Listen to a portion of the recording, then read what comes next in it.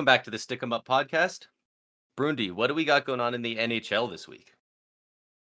We don't have a whole lot of news, but the news, pretty much everything that we have to cover today is all pretty big stuff. Probably the biggest news that we've kind of had throughout the season thus far, I'd say. Yeah, I mean, three of the things we've got to talk about are some of the biggest news that has really happened in quite a while. Probably the biggest injury news as well. Yeah. So, Yeah, definitely up there for sure. I mean, we've got it in here. It's not groundbreaking news. This is the small one here, but the St. Louis Blues signed Nathan Walker to a 2-year extension, or $775,000 per year. You know what? I think it's technically big news because I think he was the first ever Australian player in the NHL. So we'll give him a bit of a shout out here, at least. And you know what? He's a pretty solid guy for them. I'm surprised that they can get him for 2 years at that low. Yeah. That's like, geez, even 900K, a mil. I could definitely have seen that. 775. That's a bit of a bargain for him. Oh yeah, it most definitely is.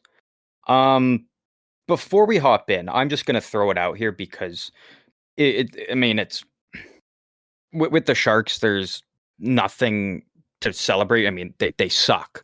Like they've lost. Well, they've played 2 games this season already, where they've allowed 10 goals against, and they've gone on an 11-game losing streak to start the season, and then they've just now snapped a 12-game losing streak, beating the Montreal Canadiens. But the one thing that I see more and more, I mean, like Sharks fans, we got nothing really to talk about good on the season. The team sucks. But the one thing that I think is a really positive thing when looking at them is the play of both Fabian Zetterlund and Nikita Ahoyuk, which were 2 of the numerous pieces the Sharks got back in the Timo Meier deal. Fabian Zetterlund is now up to 12 goals and 6 assists on the season, and Ahoyuk just got his first goal as a member of the Sharks tonight. So he's now sitting on 1 goal and 6 assists on the season for 7 points, with a whole lot of shot blocks and hits. And if you're a Sharks fan, that's a good thing to see, that these 2 players are really finding their stride in the NHL and being they're contributing a lot to the team. I mean, Zetterlund offensively and then Ahoyuk defensively. But it's just nice to look at the fact that those 2 players are kind of I don't want to sound negative with it, but they're kind of the lesser players in it. When you look at the fact that they got a Timo Meier trade.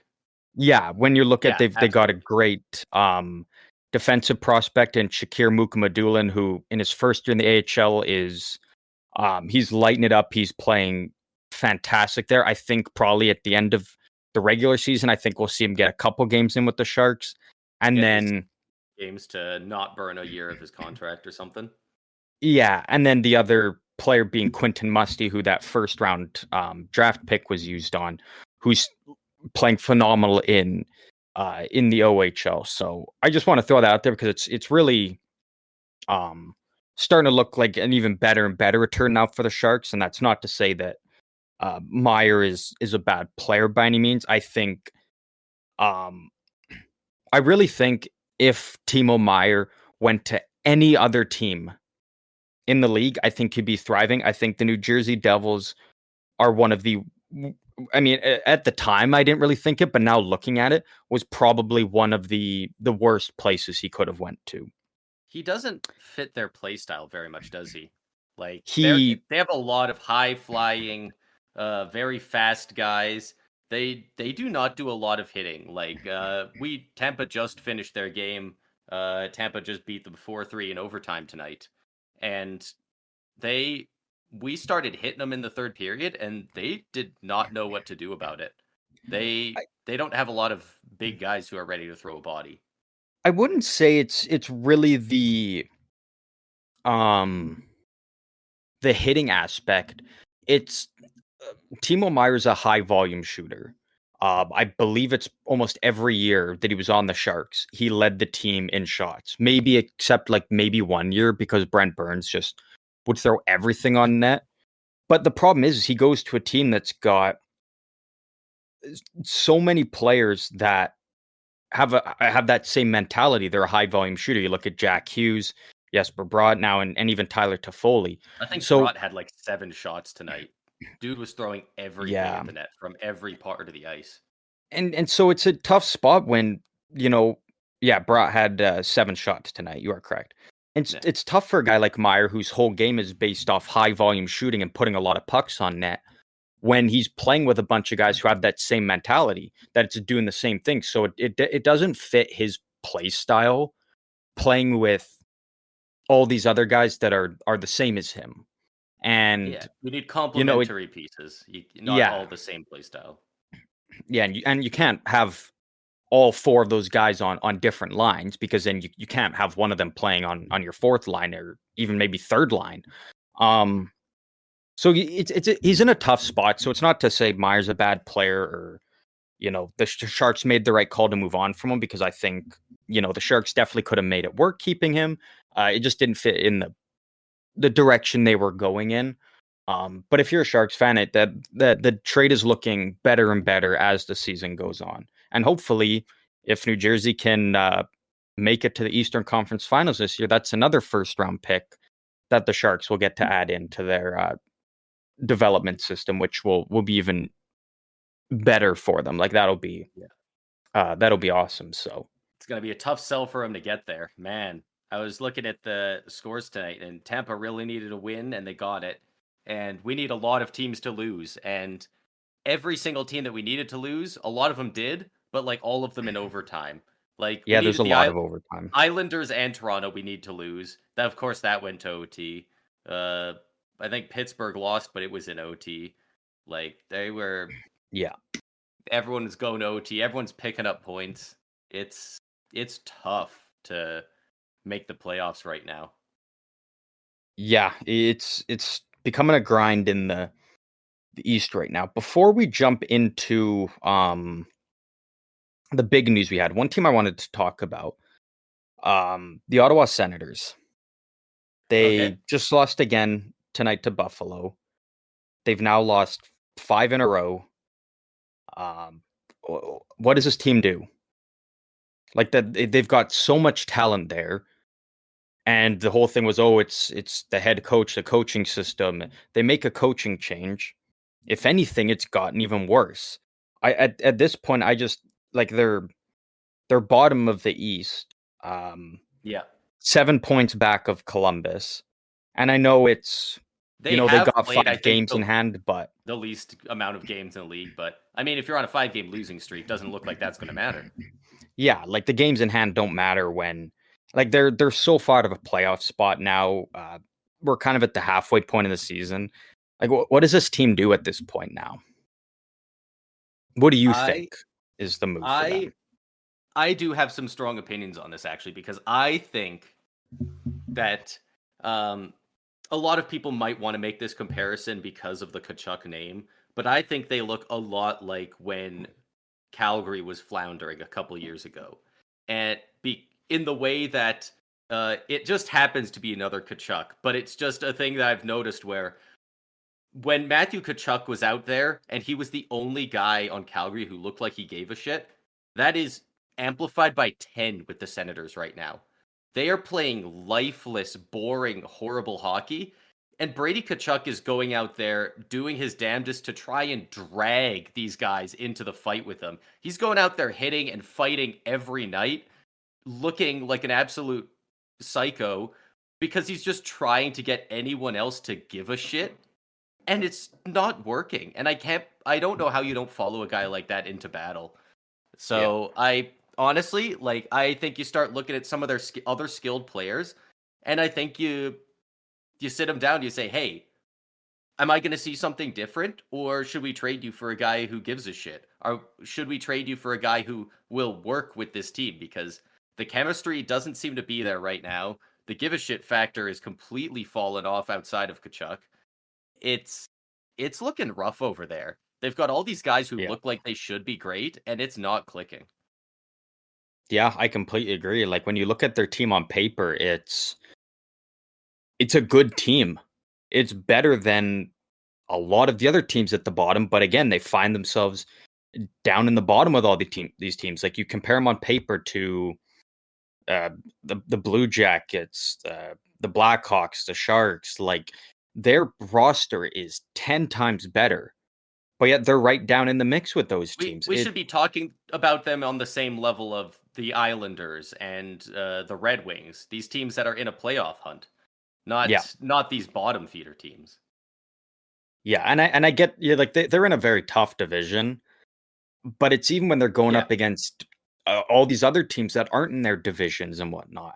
Like they just can't get a win and look dominant doing it and actually look like a real team. They're in such a tough spot. And the one thing I really do like that they did, when they fired DJ Smith and they were looking to like they were bringing in a new head coach, and a lot of hockey fans, but a lot of Senators fans specifically wanted Daniel Alfredson to be named head coach. yeah, And I like the approach the Senators did of not doing that because they didn't want to again, like if the team kept playing the way that they are right now under Alfredson, the Senators didn't want to put themselves in a spot where they had to fire Daniel Alfredson.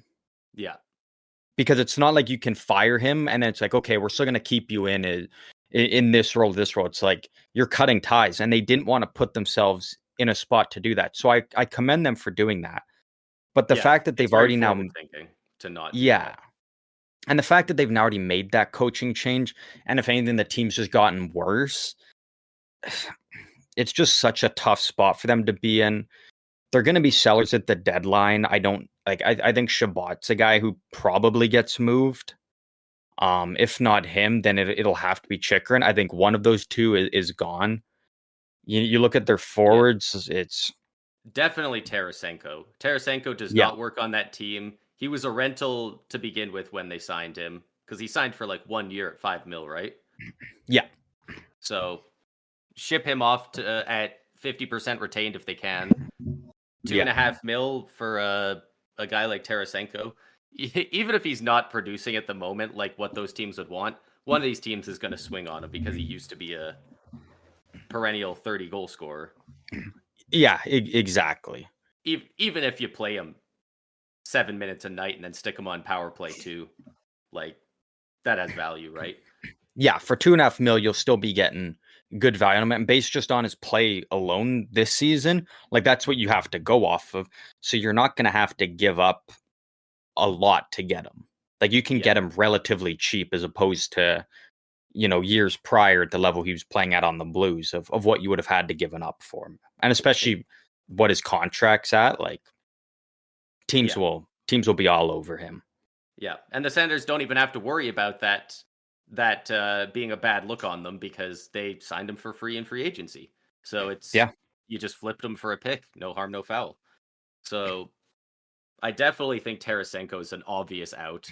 I do agree that with Sanderson coming up and they also have Chikrin and Shabbat, I think that that might be too many cooks in the kitchen. I think one of them yeah, probably has to move. I think it's probably Shabbat, just because obviously it's not going to be Sanderson. I think he's yeah. their No, number one going forward. Um, and they just brought in Chikrin recently, enough that I think it's probably Shabbat. yeah. But again, the big thing is it's going to be tough at the deadline because Shabbat's still got some term on his deal, and it is at 8 mil. So you have to find a team that's able to fit that 8 mil Yeah, into their book. So it's going to be tough for them to find a deal. And I think trading Shabbat, I think you're going to be limited because there's only so many places you can send him where the money will work, that they're probably not going to get the value they want for him. But at the end of the day, like they got to start making some moves because you can't run with as good as this core that they have looks on paper. They can't run it back next year because it's proven that it doesn't work, and you yeah, can't use the argument of, well, they'll have another year of development because they've already had how many years of development with these guys, These and guys are it's not NHL working. caliber already. Yeah. There's a difference between the skill not quite being there and developing, and the guys just aren't gelling together. And Yeah. unfortunately, that's what it definitely looks like on the ice. Yeah. Also, of note, sometime in the past week, Shane Pinto's half a season suspension has been lifted, has passed. So, if No, he's still got some more games because Ottawa's played so few. oh, have they? Okay, Yeah, they're I still saw sitting at, I that he think, was in the news, 36. so I thought he was there. Maybe it was that he's 30 almost at that point. Yeah, they're at 37, so they got 4 more games to play. Can he play with the team after that, or does he even have a contract? So I thought he was going to be done because the deadline to sign an RFA who's not currently signed is December 1st, but I Right, believe the NHL made an adjustment to that because of the fact that once he was suspended, Ottawa wasn't allowed to sign him right. due to his suspension. So I think they made a rule that they can sign him once his suspension is lifted. So I imagine once they've reached that 41 game mark, his suspension's done. I have a feeling that there's going to be a deal made, whether it's and sucks for Pinto, but he's not going to get as much as he would have liked to because it's like, well, dude, you just got suspended for 41 games. It's either you take this deal and play out the rest of the season, or you sit. Like he has no leverage, and Yeah. and as good of a player as he is, it's not like him coming in is going to turn the Senators around. Like There's not enough time, especially in a competitive East. There's not enough time for them to be able to make up that space and get into a wild card spot. yeah, they're in the territory of the Ducks, the Blue Jackets, Blackhawks, Sharks. That it's like your season's done. You know, Do, there's do you're they not pulling have a their St. Louis first round Blues. pick? They do, yeah. Okay, well, it's you don't love it because you're trying to be a competitive team now. But if you do get a top 5 pick, that's still, that's not what you were looking for out of the season, but that should make you better next season or at some point in the next few seasons. So Yeah. there is something to look forward to there. It should not be all doom and gloom for Senators fans. They have a lot of value and talent on that roster. They got to be able to put it together. I don't know if it's the coach. Like it's just so weird. It looks like they don't care out there so often, which is so Yeah. weird because I remember I believe Tampa's like second or third game of the season was against them. And I remember watching that game going, "Holy shit, this is like a dark horse cup contender." Like they look nasty out there. They were playing so well and every single player had that dog in them. And that is such a departure from the team that they look like now. Yeah. It's a real tough spot that they're in, and they've got a lot of big decisions to make now. Um, between now and the trade deadline, because something's got to change there, Yeah. and they just got to figure out what those moves are going to be, because they can't just stay patient and you know hope that things figure itself out. It's you got to make moves. You can't rely on these guys because they're proven that they don't have it in them to turn it around. Yeah. Like you said it perfectly. If they're not rallying behind Brady Tkachuk and everything he's doing, it's Dude there's looks like an there's not much you absolute can do then. animal out there every game. Like Yeah, that's exactly who you want as a captain in the NHL. And yeah, it's wild to see the team not get behind that a bit more. yeah, exactly. Uh, But enough with Ottawa now. We've ragged on him enough. well, What do we want which to one do we start want with? Yeah, we gotta let's let's let's I stick don't in know. Canada. Let's break down the Nylander contract. All right. Yeah. Well, so cards on the table first. William Nylander signed a 8-year, $11.5 million contract to stick around with the Toronto Maple Leafs. It is the largest contract in Maple Leafs history as well.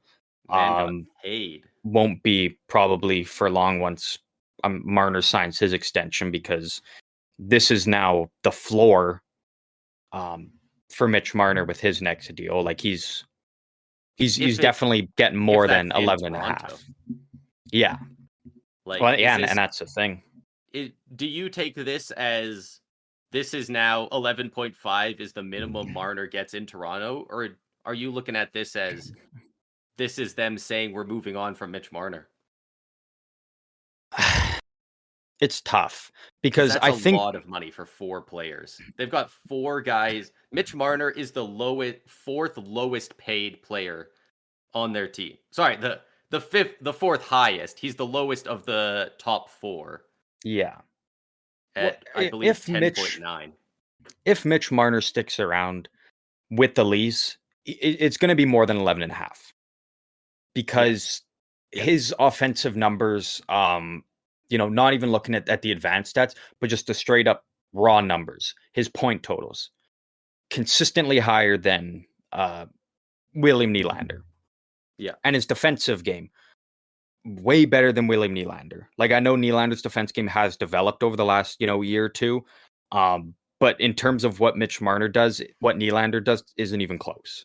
Yeah. Marner's And been so, talked about in Selke conversations as a winger. Like, to put in perspective, yeah, like Nylander can be above average defensively, but Marner's one of the best defensive wingers in the game. yeah. And so, since not counting Mitch Marner's first 2 seasons, because just develop, still put up really good numbers. But over the last 1, 2, 3, 4, 5. So, not counting this season, but he's going to do it again this season. Over the last 5 seasons, he's been over a point per game. And Yeah. last year, he was 1 point shy of hitting 100. William Nylander has his highest point total is 87, which he did last year. And he's never had a point per game season until last year. And so when you Yeah. take into account what Mitch Marner's been doing offensively and his defensive game, it's like he's gonna be getting way more if he sticks around with Toronto, because he's like, hey, you just gave Nylander this. I'm arguably better in every area. Yeah. So, like, Mitch Marner, like, he's probably what's Matthews? What's Matthews got He's on at his least 13. extension now? I believe he signed for 4 years at, was it 13 even? I think it was at Um, 13 even, or maybe it was 13.1. 13.2250. And so, if you asked me 3 years ago, I would argue Mitch Marner, when these deals were coming up, I would have made an argument that Mitch Marner should be getting paid more. Now, I mean, Matthews is one of the Undeniable. greatest goal scorers we've ever seen. To put in perspective, he's already passed Pavel Datsyuk in career goals Whew. at only 26 years old. So Jeez. that's your mark. Mitch Marner's not getting 13.250. He's getting under that, but he's getting more than 11 and a half. So probably 12 and a half, I think, I was going to say, put it 12 is and a fair. half, call it a day. Yeah. And you know what? I think, like, if they do decide they want to keep him instead of moving on from him, if that's the path they see forward, I think Mitch Marner's agent goes 12.5 million, and they say negotiations over. Thank you for coming. We're done here. Like, I think they take that and run. Yeah. The way Because Mitch they Marner hand out could, money, they would absolutely take it. yeah, because Mitch Marner could easily go to free agency and would have no problem probably getting 13 from a team on the open market.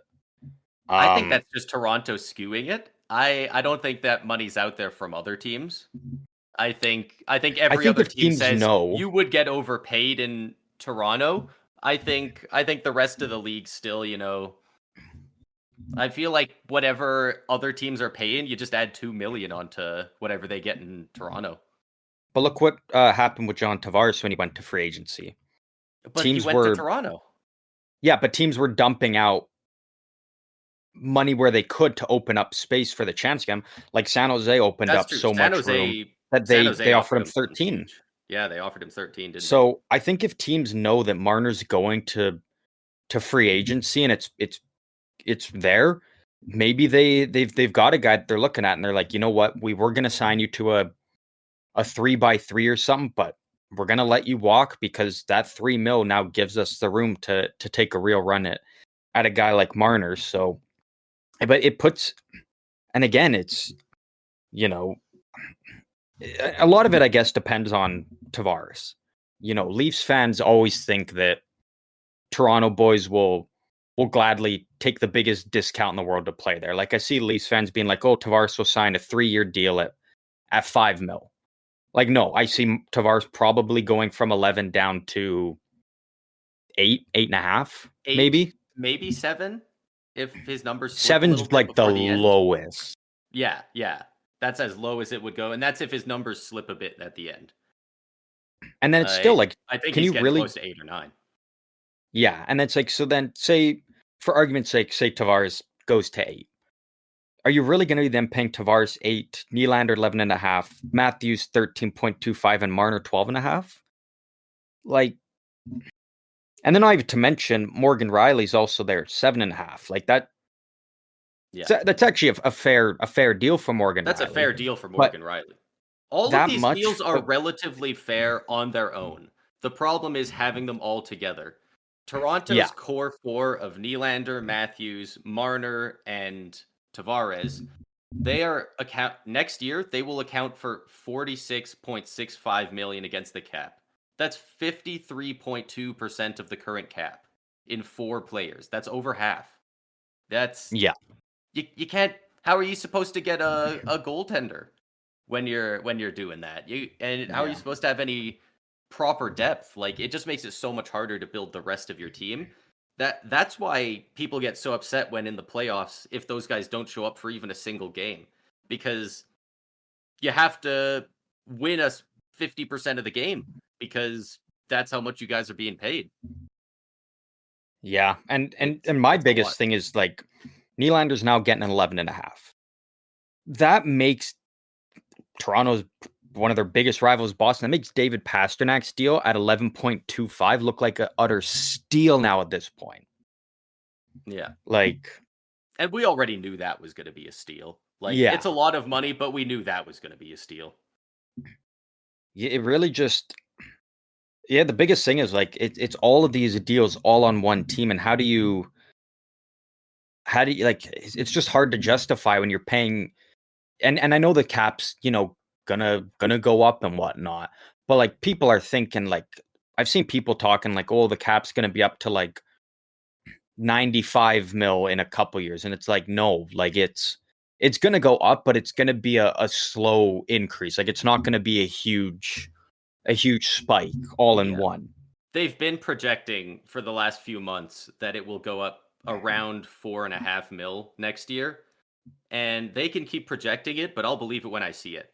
And Yeah, maybe that's a difference in approach. Julian Breezeball won't sign Stamkos until the offseason because he wants to know exactly what the cap's going to be.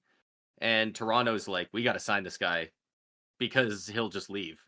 So yeah, that's a bit of a different. Now it's obviously more dangerous to let a UFA get to that point, but you got to know yeah, what you're going into the offseason with. And right now they're saying it's going to be one way, but yeah. we've seen before they project it was going to go up like 3 or 4 mil the season of 2020, and then COVID happened and it stayed the same for years. So Yeah, and just looking at it, it's like, they've got one goalie, and that being Joseph Woll, signed past this year. He's on a 2-year deal, so he's only got one more after this one. They've only and got then he's 3 gonna get paid. defensemen signed beyond this season. Morgan Riley's got his big one, and then McCabe and Timmins only have 2 years left. All their other defensemen, all their deals are up at the end of the year. It's like they're going to have so little money and you can't keep going out and grabbing goalies for league minimum and being like, this is our guy. Like, you can't just keep grabbing, you're not going to have another guy like Giordano take league minimum to try and win a cup there. Yeah. Like, you're going to start getting into it where guys are going to outplay their deals. They're going to want more money. And they're going to leave because Toronto they can't afford to pay him because all their money's tied up in their top players that have yet to get him beyond the second round. And even then, their free agency signings are bad. They're just flat out bad. John Klingberg, Ryan Reeves, those are two of the worst Samsonov, guys. Those are two of the worst guys on their team. Samsonov just got called back up to the NHL when he was supposed to be their starter this year. like Tyler Bertuzzi, Max Domi. Like Bertuzzi's making 5.5, Domi's making 3. You're not gonna be able to keep both of them. Maybe one of them, if one of them is willing to take a cheap discount to stay there. Both, you're not keeping both. Yeah, like they're in a tough spot. They're going to be in a tough. Well, they're going to be in a tough spot with these deals because again, it's just going to be. You're not going to be able to put a good, strong cast around them. And we're seeing all the teams that are winning cups. Like you look at Vegas, you look at Tampa, St. Louis. It's like even Colorado. Those teams are winning depth because of the depth. Like the top players are doing their thing, sure, but you need to have 4 lines you can roll. You need 3 defensive pairings. Like Phil Kessel almost won a Conn Smythe on the third line. Even going back to Pittsburgh, they had one of the best third lines we've ever seen in the way that they were playing. It's just going to be so tough for Toronto to throw together good depth around these guys that are taking up a huge chunk of their cap. Like it's so. I do got to say though, I will give credit to Brad Treliving because the whole thing when he was brought in for Toronto was the big task, and all the questions to him right away is, how are you going to solve this Matthews Nylander thing your first season? What's the deal? Are you going to get him signed, or are you going to have to look at trades? And he found a way to get them both signed. I'm not a fan of the Nylander deal. The Matthews one I think is fine. We knew he was going to be getting around there. The Nylander one is like beginning of the season. They said the max they were going to sign him was $9 million. He comes in, he plays lights out. Now he's getting 11.5. Like if you could have gotten Nylander even at 10 for 8 years, I think that's good. That's fair. But 11.5 is now like. If he continues this play, it's a good deal. But for 8 years, I don't think he's going to put up numbers like this. And I think it would be a bit of an overpay, but I think it'd be a fine contract on another team. But compounded with all the large contracts they already have, it's just a bit too much.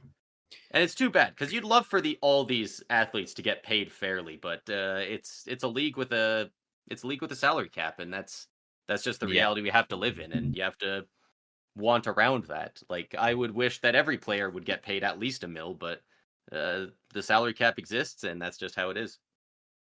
Mm-hmm. One thing I want to ask, I have no idea if something like this has ever really happened in the league, but like what other than if they have a retention spot available in this off season, when Mitch Marner's deal ends, if he went to free agency, like has there ever been a time where a team like San Jose, a nice California place, probably a really nice place to play, nice place to live, they sign a guy like Mitch Marner for $15 million, an exorbitant amount of money, like a lot, 15, 16 million for 1 year. And then they just retain him for 50%. And now he's 7.5 at the deadline. And they ship him off to a contender. No, because I think nothing like that. I don't think has ever happened, like a contract like that absurd.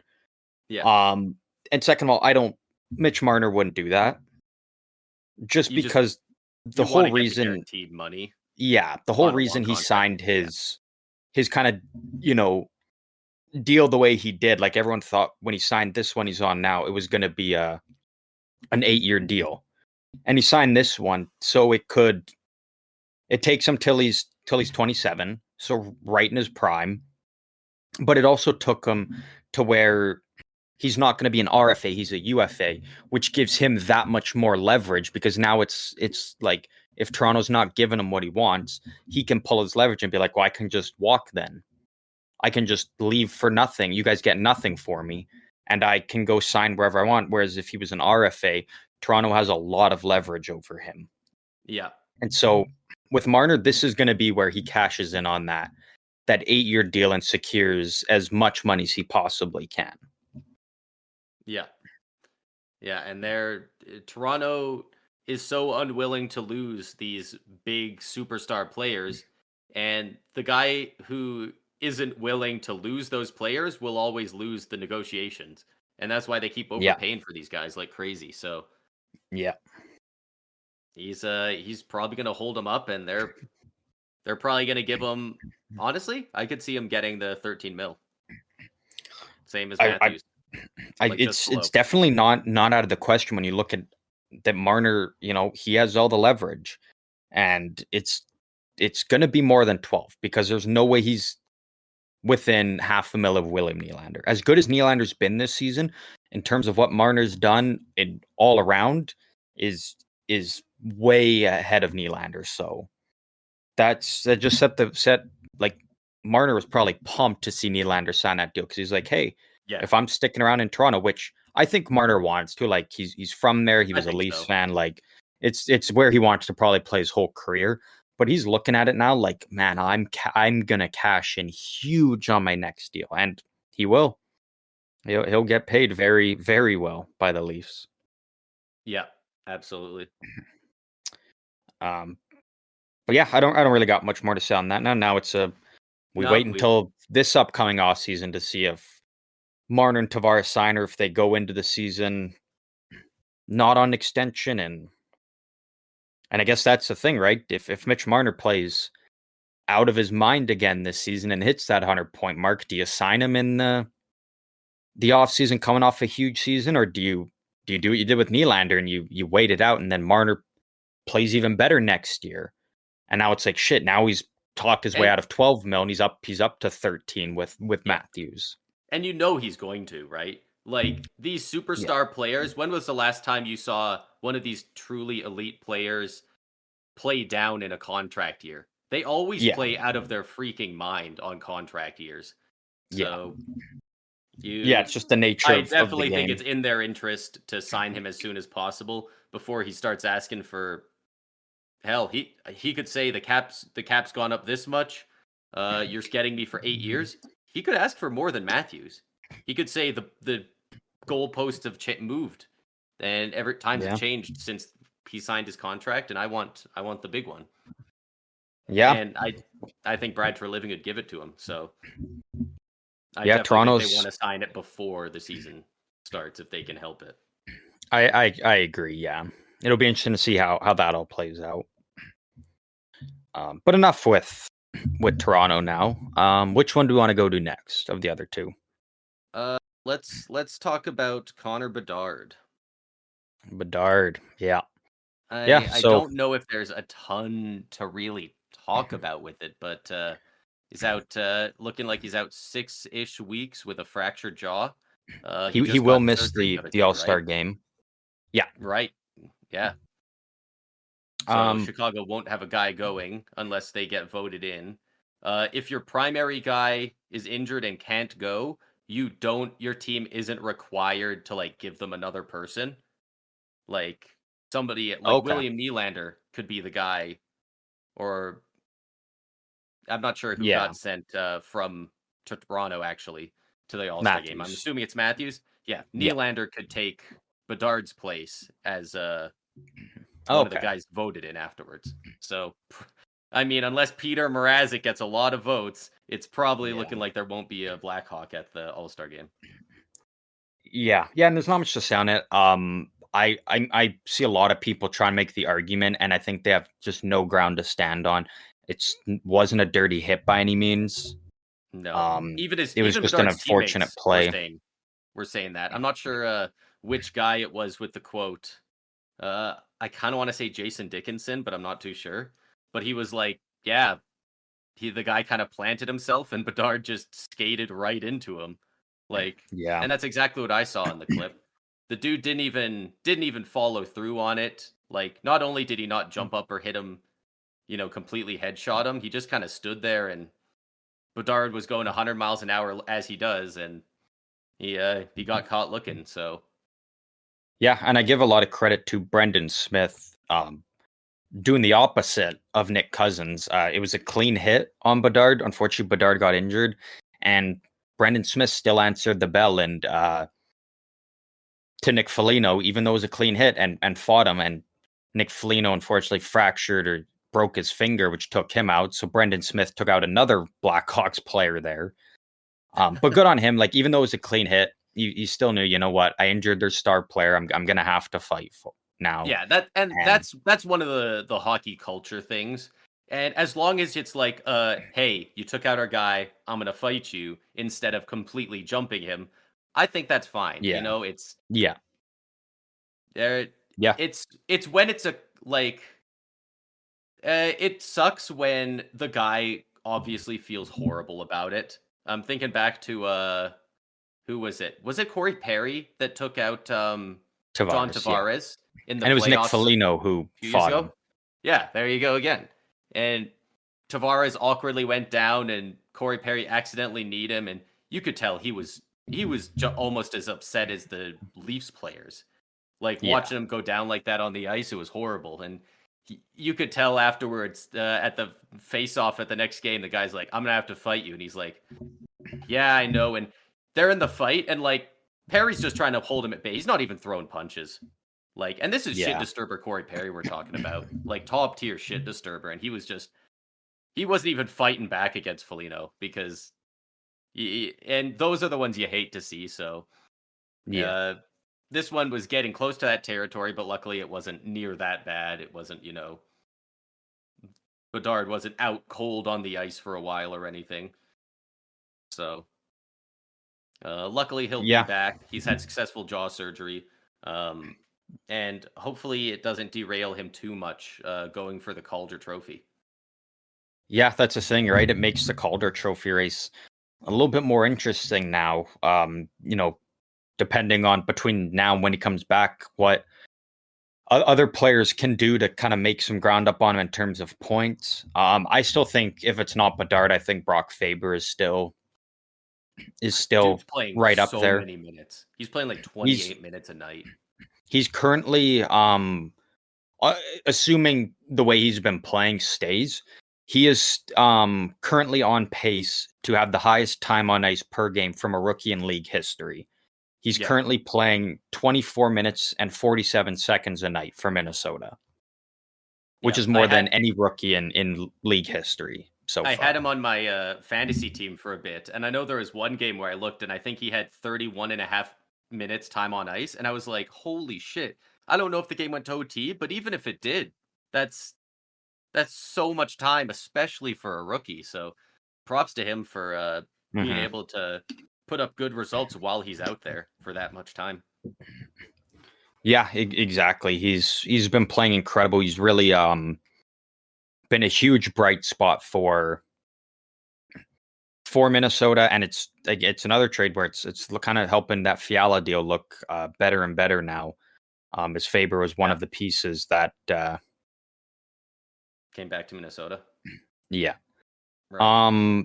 One This thing though, I just want to point out that because the mirroring is right there, but it's looking a little bit similar to the McDavid rookie year, where it looked like yeah, the Calder was all but his, and then he also got an injury and was out for just long enough that Artemi Panarin kind of snuck in and grabbed the Calder out from under him. So yeah, I do wonder if something similar will happen, or maybe it'll be close enough in points that they still go, you know what, we want Bedard to have it. Let's just start his trophy case off with a win right here. But yeah, it'll be interesting to see how the stats line up at the end of the year. yeah. It's something we're definitely gonna have to keep an eye on. Um, if you're a Flames fan, don't listen to this. Just tune out for the next minute. So the first one of the first few games after the Bedard injury, Chicago played Calgary. Yeah. And this is a game where Chicago ended up winning 4-3. Due to all the injuries, because Chicago's got quite a few, and obviously with the Bedard one now, Chicago only dressed 11 forwards in this game. Between those 11 forwards, I'll give you a guess. Guess what their combined cap hit was between all 11 players? I'm trying to think of any players they have that make over like $2 million. Was Foligno still out? Yeah, Foligno was out. Foligno's out, Hall's out. I can't think of a guy making more than league min who's playing for them right now. Like 20 mil? 15 mil? $13.9 million Good God. Over between 12 their guys. 11. Do they 11. actually have 11? Did they Because actually they have a only guy dressed 11 making more than forwards. 2 mil Um, out of I any of their forwards? don't believe so. I can quickly check. I don't believe that they actually did. Wow, Unless that's Dickinson's on wild. some absurd deal I don't know about. So they actually have 3 guys. Dickinson's making 2.65, Kurashev 2.25, and Ryan Donato making 2. They had 1, 2, 3, Send 4, him to the 5, All-Star 6, game. 7. They had 8. They have 8 guys on their forward roster that are making under $1 million. Jeez. And only 2 of That's those guys being on their entry level deals. Yeah, they're Like, not even a bunch of young prospects. It's just a bunch of bums that they picked up in free agency to fill out the roster. yeah, like when you look at the guys that they've got I get injured, selling like for it's Bedard, but they might have sold a little bit too hard. well, when you look at their injuries, it's like Bedard, like he's making league minimum, but he's by far their best player. Yeah. On their injured reserve, they got Seth Jones at 9.5, Taylor Hall at 6, Tyler Johnson at 5, Anthony Ciu at 4.25, Anthony Beauvillier at 4.15, and then Nick Foligno at 4. That's 33.85 million in cap space on their IR. Like they're in Minnesota Wild territory. Like it, And they beat the Flames. yeah. Like Yeah. like their first line was Jason Dickinson and the Bots. Like they had nobody out there. Yeah, they're in a really bad spot right now. And we kind of knew that. Yeah, it's a tough spot for Chicago, but we kind of knew that they were going to be in this spot. Like they got Bedard and they really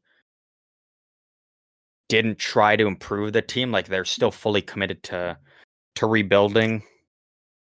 I I can't think believe they everybody didn't keep hopes that like they don't anybody. win the draft lottery, like except Chicago fans, obviously. Yeah, other But we than don't need Chicago another. fans, nobody wants them to win, is Yeah, what it seems like the consensus is.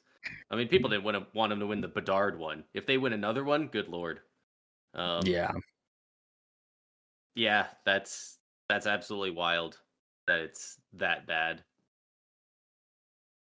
yeah. Um, do we want to move on to the Philadelphia and Anaheim trade?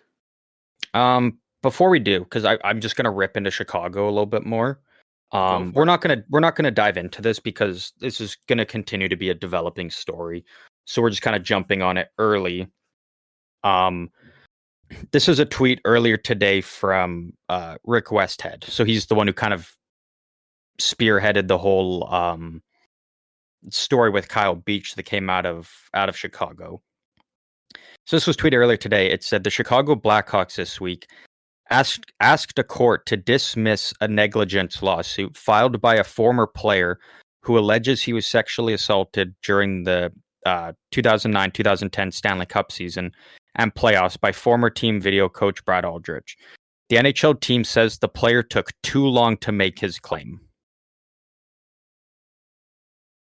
Who, Wow. sorry, who said that? The Blackhawks did, and that's why they want it dismissed?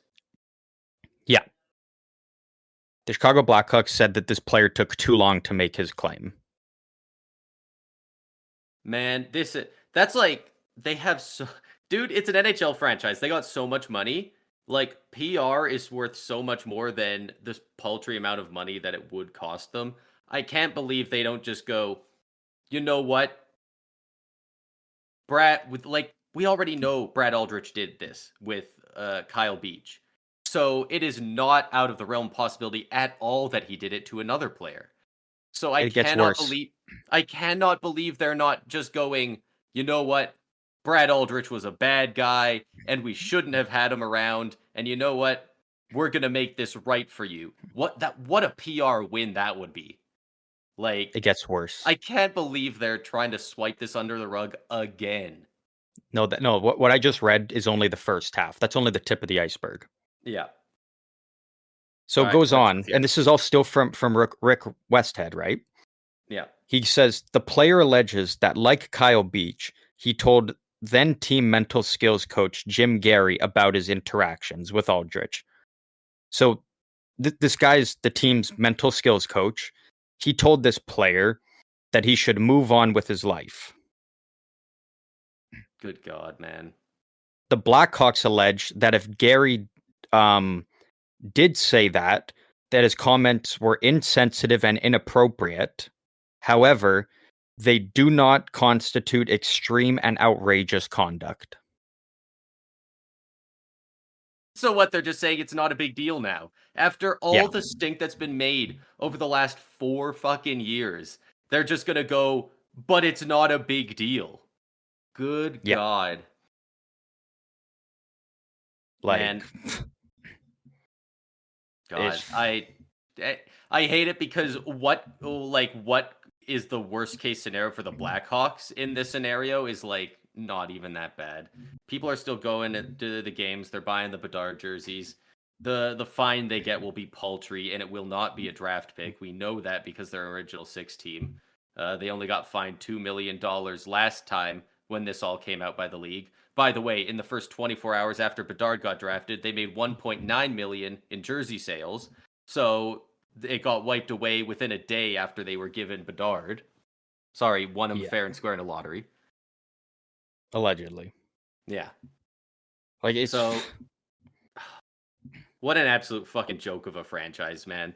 Like I get and I don't know how much you can blame the players. Certainly not the players that are there. I don't think any of them no, that are there were on that team at this point. But no.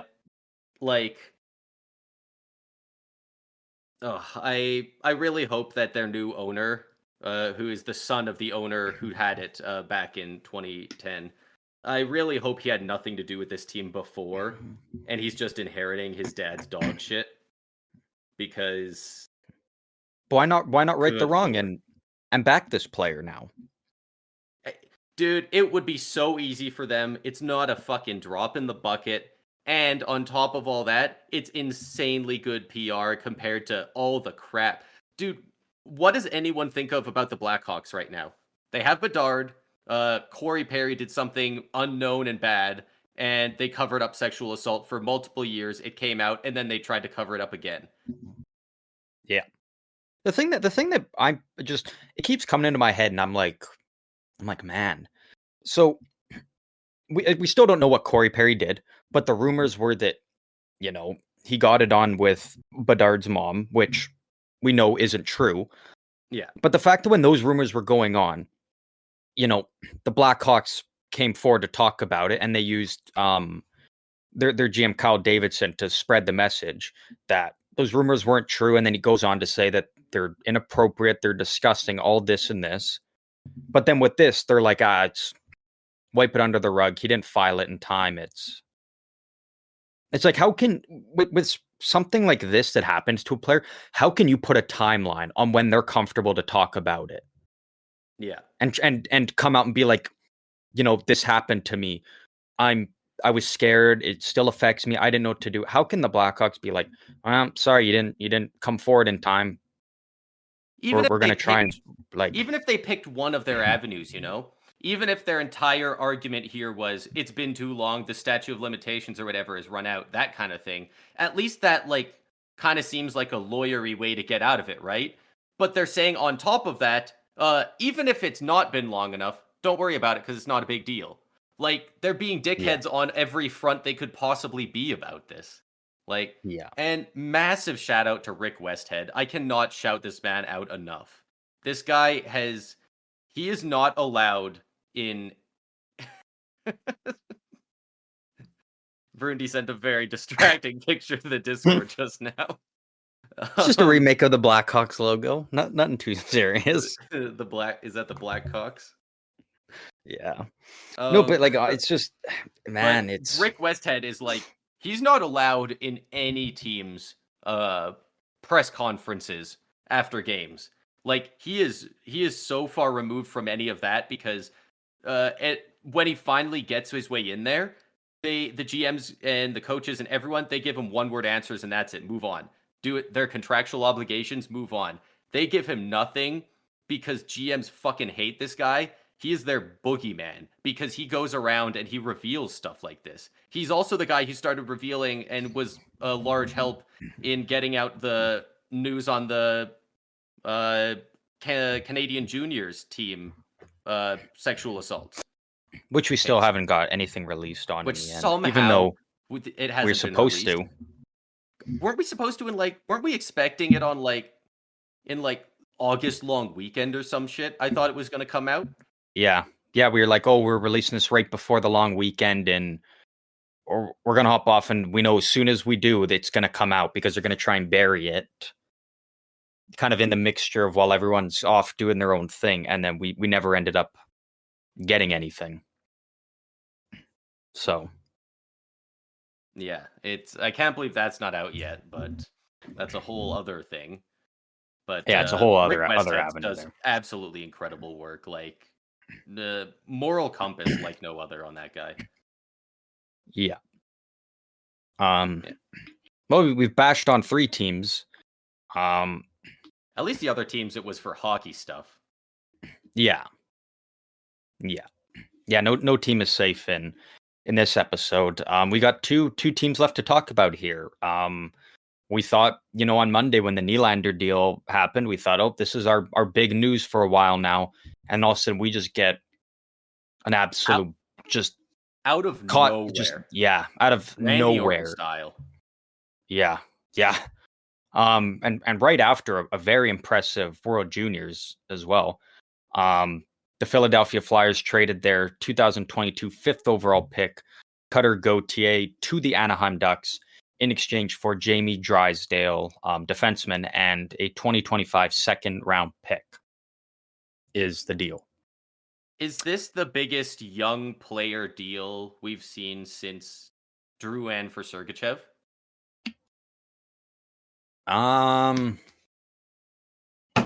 Just trying to think. Probably. Like there's been a couple other big ones even before that deal, but like these ones where they're high draft pick for high draft pick do not come around that often. No, like not at all. And currently, I know there's trade rumors that Zegras is being shopped around. I don't think those are true, just because. First of all, I think it's easy to make that up because he had just said that he was best buddies with Jamie Drysdale, so it's very easy to make that up. But also, this is a massive trade to not get leaked by anybody. Like, I feel like Anaheim's GM is probably pretty tight-lipped if he can put something this together 2 things. Without people knowing. 2 things. One, I do think that there is some truth to the Zegras rumors, just because you start to look at the mold of the team they're building with now Mason McTavish, Leo Carlson, and Cutter Gauthier. Zegras doesn't fit into that mold really. He's not, it's a weird way to say it, but he's not necessarily like a Pat Verbeek guy. Yeah. It's very clear the kind of team, and you even look at Mintyukov on the blue line. Verbeek is building the team in a very specific way. And while Zegras is, was kind of made to be their franchise player and whatnot, he doesn't necessarily fit the style that the rest of these guys have. That being said, who knows? Like it could be that, it's starting to look like maybe there's just not a room for Zegras because I don't, their centerman is filled with McTavish and Carlson. Depth. And so, it's like now, is there a spot where you can make Zegras work on the wing? Yeah. Or is it a centerman as well? He's listed as a center left winger. I think he'll be a winger. He's just better suited for that role. Like that's going to be a nasty first line. Yeah. And secondly, one of the very first things that Daniel Briere, GM of the Flyers, said, and remember, he's new to this. Like, this was a tough spot for him to be put in, and I think he did. We'll get more into the deal, but I do think he came out very well in this deal. But one of the first things he said after this deal was he thanked all the GMs in the league for that he was kind of talking to keep it like don't talk about it. Like, there was no rumors of this at all. Nobody knew anything about it until until like the Ducks tweeted out, "We have acquired Cutter Yeah. Gauthier." Like nobody had a clue. Yeah. So I thought that was really cool of Briere to, thank all the guys and be like, hey, you know what? We were in a tough spot here. I'm assuming pretty much every team they were kind of talking to was probably a Western Conference team, just because you probably don't want to trade a guy like this within your division or conference. Because we've seen that come to bite teams in the ass, like Montreal specifically. But yeah, it's a tough spot the Flyers were put in, and the fact that they were able to get a return like this, and with a guy that they were trading away of, a very recent 5th overall pick who just dominated in the World Juniors. We even He's talking about how probably at he the probably height. should have gotten MVP. He's at the height of his trade value, unless Yeah, unless he goes out and puts up 100 points in an NHL season later in his career. This is like when you'd get the most for him. And Jamie Drysdale is looking to be a great player. Like he's had yeah, some injury troubles, but he's very young and he's looked good in the games he's got into, despite being on an Anaheim team that's pretty bottoming. So it'll be yeah, interesting to see how this works out for both sides. And man, when Cutter Gauthier makes it into the show, I cannot wait to watch that first game he plays in Philadelphia. yeah, They're yeah. gonna bring back throwing batteries at players. Like they're Yeah. gonna they are gonna be upset. The one thing you can do, like, you can do a million different bad things, and a lot of Flyers fans will be like, okay, whatever. But the moment you say that you don't want to play in Philadelphia, you are public enemy number one for life. And Yeah. and you know what? It's fair. I see a lot of people being like, oh, it's not fair to go to. He's a young guy. It's like, you know what? He was taken 5th overall. He said he was built to be a Flyer and was fine going there. And then all of a sudden, and this isn't even like a recent development. Like, this started after the World Championships last year, which I think Yeah. concluded in like June or something. He has didn't talk to the team since then. And then the Yeah. Flyers tried to talk to him during the World Juniors. He refused to.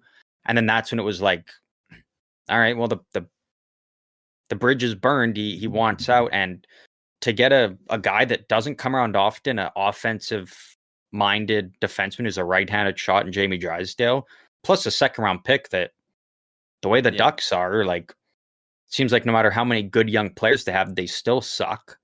So that could end up being an early second round pick potentially for the Flyers. So Oh, it's gotta be. It's gotta be in the 33 to 37 range, you'd imagine. And yeah, and not to mention Philadelphia, I'm pretty sure right now they're in a wild card spot or close to it at least. Drysdale could help them get to the playoffs if that's what they're really looking to do. they're in a divisional spot right now. They're third in the Metro. There you go. In a competitive metro, no less. Yeah. So So yeah, this is now a roster player that they've introduced, a good roster player who can put up some points and be good defensively. So especially for right now, I like the deal for them. And I yeah, think it's great for Anaheim too. I mean, it fits their timeline a bit better. They have so many defensive prospects that they don't know what to do with them. So it makes yeah, sense to turn one of them into a good forward prospect as well. I think this is going to be a win-win trade looking back on it later, which yeah, you just love to see when teams can make that happen. Um, yeah, and yeah, I just want to throw out that's fucking Bush League from Cutter Gauthier and his agent, right? Like, yeah, like I get if you don't want to play somewhere, that's your prerogative. But it sounds like he's known that he didn't want to since he was drafted, but he didn't want to have that awkward conversation with them and was just kind of like, He was kind of like in their post draft interview, like, "Oh yeah, no, yeah, I'm built to be a Flyer. I'll do it." But I don't think he actually thought he would fall to them in Well, fifth. it's one of those So interesting things, right? he, He grew up a diehard Pittsburgh Penguins fan. So to get drafted to their biggest rival, like, yeah, you I always got to wonder, like, is that really where he wanted to go? Did he really think he I was meant to be a Flyer? Probably not. probably not. I think he would get over it, I but think he would. I Yeah. do think the if I had to guess, it's probably a young guy who's a hot shot and he likes doing things his way, which can be fair if you've got that much talent, but he would be going on to a team coached by John Tortorella. And I don't think he likes the prospect of that. If I had to put my money on it, I would say he didn't want to be coached by Tortorella. No, they made it clear that it had nothing to do with Tortorella. It sounds like the reason, and I don't know if this is true, but it sounds like the reason that he didn't like he wanted out was because the Flyers didn't, and the first thing to come out was that he chose to go back to play college hockey again this year to further his development. Yeah.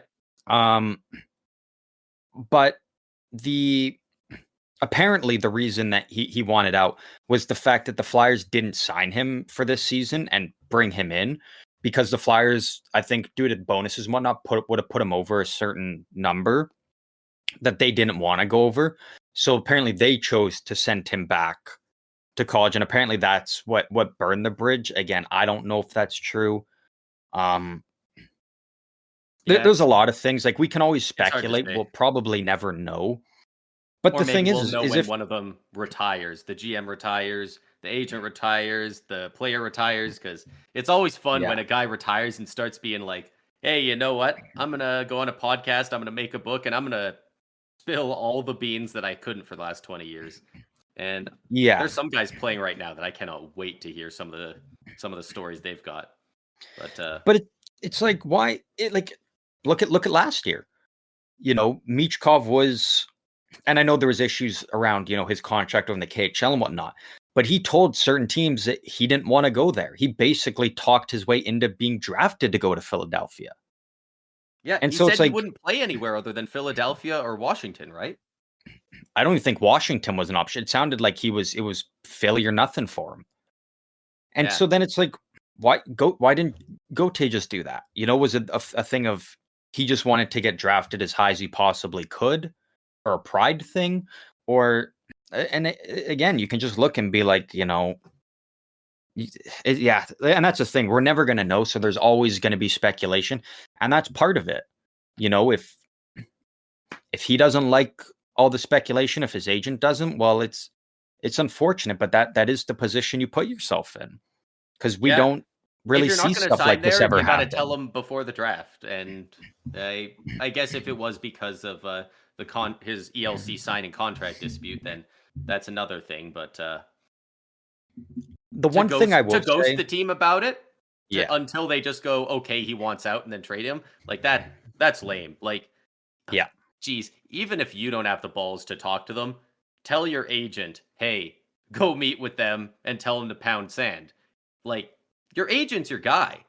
You yeah, say, hey agent, go tell Danny Briere to his face to go fuck himself. The dude's gonna do it because he wants to represent you. That's your man. So, yeah, like, if it's that bad, go tell him to do that. But just ghosting him altogether is I don't know. yeah, To me it speaks a little bit on his character, but he also yeah. hasn't played a minute in the NHL. We don't know much about him, so who knows? Maybe it's been blown out of proportion. It's hard to say what's the truth and what's speculation. I will say I'm at least glad that it ended in a position where Philadelphia could trade him, Yes, and absolutely. it's not like a thing where he just kept beating around the bush and then eventually was just like came out publicly and just said, I'm not signing here. And then they lose all leverage in trying to trade him. The fact that it was at least kept under wraps and Philadelphia was able to get a great return the way they did, I really do like about this situation. Yeah, it's nice that all this came out after the trade, not before it, because that creates such a media shitstorm of where is he gonna go? Why does he hate it? Are other players gonna want to go back? Like I know Yeah. there was who was it? Scott was it Scott Lawton? That was getting having people come at him? No, it was a guy who got Kevin traded to the Hayes. Blues. Kevin Kevin Hayes. Hayes. Yeah. People were Yeah, having a go that's at the Kevin whole. Hayes because they thought, for whatever reason, they thought that he convinced Gauthier to leave Philadelphia.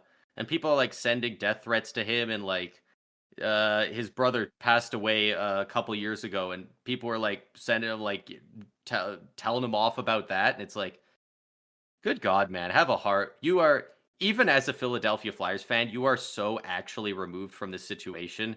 You have no right to even Philadelphia fans confront are the anyone worst. about it. Not to mention to say heinous things like that to people. Like, absolutely Yeah. brutal look for Philly fans there. Not that we If didn't know anyone, Philly fans were kind of crazy, but yeah. for those ones especially, like yelling "eat shit, you suck" at the opposing team, that's kind of fun. Doing this, that's not cool. Yeah, and if anyone ever wants to know how just I mean, they're diehard fans, I'll give them that. But if anyone wants to know how bad Philadelphia fans are, go to a Philadelphia Eagles game and wear the opposing team's jersey, and you will get threats, you will get bullied, you'll get stuff thrown at you. Like you get treated like the lowest of the low, and just because you supported a different team, like It's actually, yeah, you'd probably get treated very similarly in a if you were at a in a Cowboys jersey at a Eagles game, you'll get treated the same way as if you wear a literal Nazi uniform. yeah, Like yeah, they are ruthless in Philly. And yeah. like It's awful. It's terrible there. up to a point you can respect it the way they're absolute goons, but there's a line. There's a line to it where it stops being a fun rivalry and it's just now you guys are just being assholes. Like Yeah, and then it's also the fact that Flyers you, fans do all this shit, and then they're like, "Why didn't Gauthier want to stay here and be here?" Well, fucking look at the way you guys are acting. yeah. Like you're acting out in this way because a player wanted to leave, and then you've got this no-name bum reporter stir up this f- fake article, and immediately you go to start sending these threats towards a player who did everything he could in the time he was there and was arguably their best player when he was there. I think he went Like to an it's All-Star game to represent them. I think he Did he did not? actually, yeah. Yeah, because he said it meant so much to him because that was his brother's dream. His brother told him like, "I want to see you at an All-Star game." I remember that story breaking. So, Yeah, it's a bad look on Philly. Well, they're fans. yeah. And I you mean, like to it's you really like to hope at least that it's a vast minority of people doing stuff like that, yeah, right? Like, yeah. Like it's it's not a reflection of all Philadelphia fans, but it's a good chunk of them, I would say. yeah, similar to the Jordan Kyrou situation in St. Louis. Yeah, Bad look on the fan base, and you know what? They kind of redeemed themselves. They cheered the crap out of Kyrou next game. So, he just got a hat trick tonight too against the Rangers. legend. They hopefully Philly fans can you know, be a little more chill about it. Maybe next time St. Louis is in town, they can you know, redeem themselves a little bit, Just not be a dick about it, I guess. I don't have too much more to say on it, but I will say, I think when Gauthier returns, I think Flyers fans are well within their rights to boo him. Um, I don't think absolutely. that's. I was talking about Kevin Hayes Oh yeah, yeah, yeah, when yeah. It's he goes to Philly next. Hopefully yeah. they can Flyers fans just need not to not. chant something bad. But Yeah, with Gautier, absolutely go for it. Don't wish death threats on him or throw shit at him, but yeah. I mean, absolutely scream that he's a shitter. Like, let him They just have it. need to find that line. Like they Yeah, cross that line a lot. They need to find that area of what's okay and what isn't. yeah. Will they? Absolutely not. Like we know that they won't, but Especially, I mean, let's be real. Especially once you're 4 or 5 beers into a hockey game, the line is even more blurry than it was before. So, yeah. um, Yeah. But that kind of heckling when it's good natured can be really fun. That's one of the fun things about sports. I know a lot of hockey players in the league, especially actually recently. I believe Jesper Wallstedt, the prospect goalie for the Minnesota Wild, he played his first game the other day, and he was saying, "I kind of hope the away fans boo me. I kind of feed off that. I like the energy of hearing them hate that I'm doing so well for my team." And that's a very interesting take on it, because hockey guys are pretty non-vocal a lot of the time. So it's Yeah. always fun to hear guys be like, "I like playing on the road. I like shutting up the home crowd." It's I definitely like that kind of personality coming through from players. Yeah. Yeah. But with all that, I think that kind of wraps up everything that we had here. Yep. I can actually do the Oh, current yes, that's right. stat leaders. Yes, that is right. We will let you do that here to wrap it up for us. Just have to find a website that'll tell me, Because there's because been a couple names moving on NHL some of the website lists lately. NHL website is not going to tell me because it doesn't load. So thank you to ESPN for loading. Big ups ESPN. Shout out ESPN. They need this. That little home start mom and pop shop. They really need our shout outs over here. Yeah, honestly, right? But leading the league currently as of January 11th this season, we got in first for points. We got Nikita Kucherov with 69 points. In Nice. second, we got Nathan McKinnon with 67, really closing that gap there. And I was told McDavid was going to have passed them both by now, but a three-way tie for third place, all with 57, so that's 10 points less than McKinnon. Artemi Panarin, David Pastrnak, and William Nylander, the $11.5 million man. Yeah.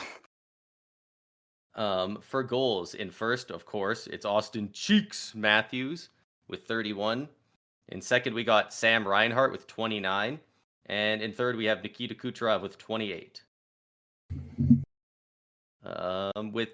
For save percentage, we got in first Martin Jones with a 934. Second, we have Jeez. Aiden Hill with a 933. In third, we got Charlie Lindgren with a 928. And normally I don't do the top five, but since these guys are both much more starters than the top three, Connor Hell. Oh, sorry. No, take your time. Do whatever it is you got to do. Yeah, sorry, I just muted myself. I had to cough and take some water there.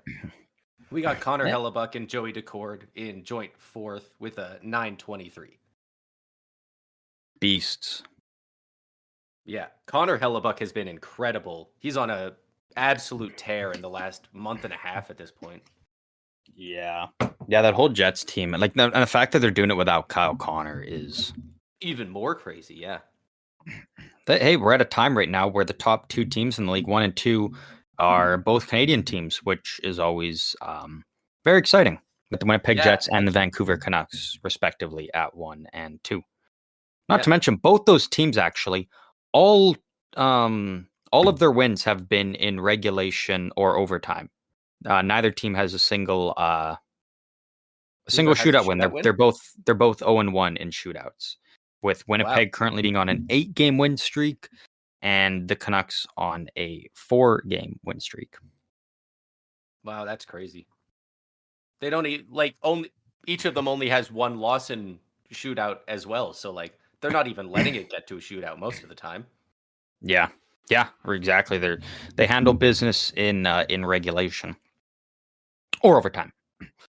But with that kind of wraps up this episode. It's been a lot of crazy news we've been talking about, a lot of big news. Probably won't have anything super huge like this to discuss probably until the trade deadline happens. But we can only hope and pray that maybe we get some more big stuff to happen before then. But with that, thank you to everybody for listening to another episode of the Stick 'em Up podcast. If you want to join in on the conversations with us, you can find us on Instagram or Twitter/X at SEU Hockey. Throw us a follow. Come say hi. Tell us to eat shit. Come bully us like we're Carter Gauthier. Whatever you want. Treat us like a Philly fan. Yeah. Come treat us like a Philly fan. We'll take it on the chin. But thanks to everybody for listening, and we will catch all of you in the next one whenever it comes out.